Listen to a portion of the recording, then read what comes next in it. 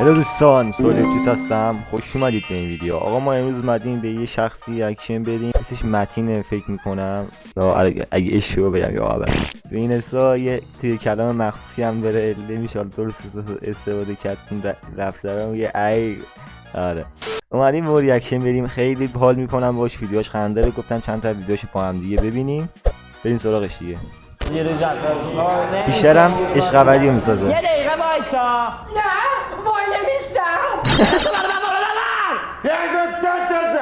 بشین بابا جومونگ. سوسک وای حاجی اینو عشق ابدی رو دیدم حاجی. یه تیکشو بذارید نشون بدم بهتون. اینا حاجی صدا درست من بالا با گفت بزن. بشین بابا جومونگ. سوسک. آخه کی تو دعوا میگه سوسک؟ ببینید آی دکتر، من پیش بچه هم که بودیم گفتم من با شما لاست دادم. سر همین دندونش معلوم شد. آیا من نزدیک شما آیا من با شما تیک کردم؟ 100% حتما کردی. کجا؟ من بد نمیدونم اینا رو. همین دوتا ماچی که من شما رو کردم بد نمیدونم اینا رو. اینا خیلی عالیه. یه معاشرت خیلی ساده بوده واقعا. من نمیدونم ماهرخ چرا همش قاطی میکنه سر من، کثافت به قول علی لوستر. ماهرخ هم دختر خوبیه. ماهرخ شخصیتش به شما خوبیه. نمیخوره. نه ماشاءالله همتون اینجا دخترای خوبی هستی. جمع خوبیه پسر. حاجی خیال شروع داره با دندونه نداشتش. من سالم نداشتم ولی شما منو نیا کنید. عالی هستی. موشی تو فکر کنم داره زنگ اینجاش این هیدم حاجی اصلا کوکاش تو نستا طول سگ نگو پدستک. بعدم میاد پیش اون پسره سبول گذارم میشینی یا حوله. اول اینکه پسره نه و آقای راد مردیه برای خودش. دوما اون میاد پیش من نمیرم پیش اون که بشام که بعدشم تو رفتی به سودا گفتی بچه منو تو قراره چه شکلی بشه، خوشگل میشه. تازه بهشم گفتی سیب من سیب. بابا میوه من تویی، خیار من تویی، آلبالوی من تویی، دیوونه ای. بچه منو تو بی‌نظیر میشه، خوشگل، خفن، جیگر من، خیار من، مسخره. به من نگو مسخره. به من نگو مسخره. پدر تو در میارم. به من نگو مسخره. چرا سوء تفاهم میکنی؟ خب تکلیف تو مشخص کن دیگه بین من و ماهرخ. سوء چه تفاهمی؟ نه خب باید بگی که دیگه من پس بکشم یا پیش. بکشی یا خارش نکنی یا خارش نکن. پاتو پس نکش. من یه خورده تلاش کن. من تلاش کنم؟ یه خورده دو چرخه بزن. ورزش کن. دیگه نیازی به تلاش نیست که یه ذره چشه کورتو باز کن. ولی منو اذیت نکن. تکلیف منو روشن کن. دکتر احمد یه خورده یه سری از مسائل رو بررسی کنم. مسائل رو شرایطی بیارم تو بررسی. خب چپ بهتون ببین کاراشو. گیواب نکن. گیواب نمیکنم.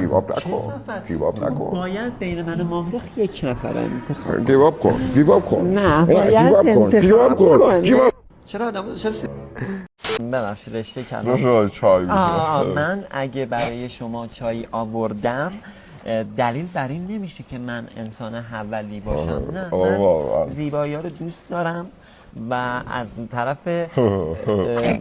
صاحب خونه برای شما خواستم که یه لطفی کرده باشم. خب من مثل بچه ها اینجا فکر نیست. همون خوشی و اسم دارم با پزشکم. بله منم خب دفتر دندون پزشکم، کار مدل انجام میدم. من دوست دارم که پارتنرم به احترام بذاره. خب احترام که خیلی خوبه. هم نظر من خیلی احترام.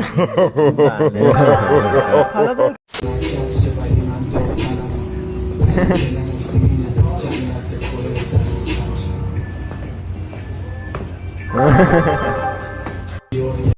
خب میریم سراغ بهار جان. انتخابت بهراده یا سیاوش؟ خب من با دوتاش هم میتونی انتخاب کنی یا؟ نه اونجوری نیستم. من خب با سیاوش خیلی دیت خوبی داشتم و داشتم تازه اوکی می ولی شدم کلاغا یه چی چه؟ دیگه به من میرسونن.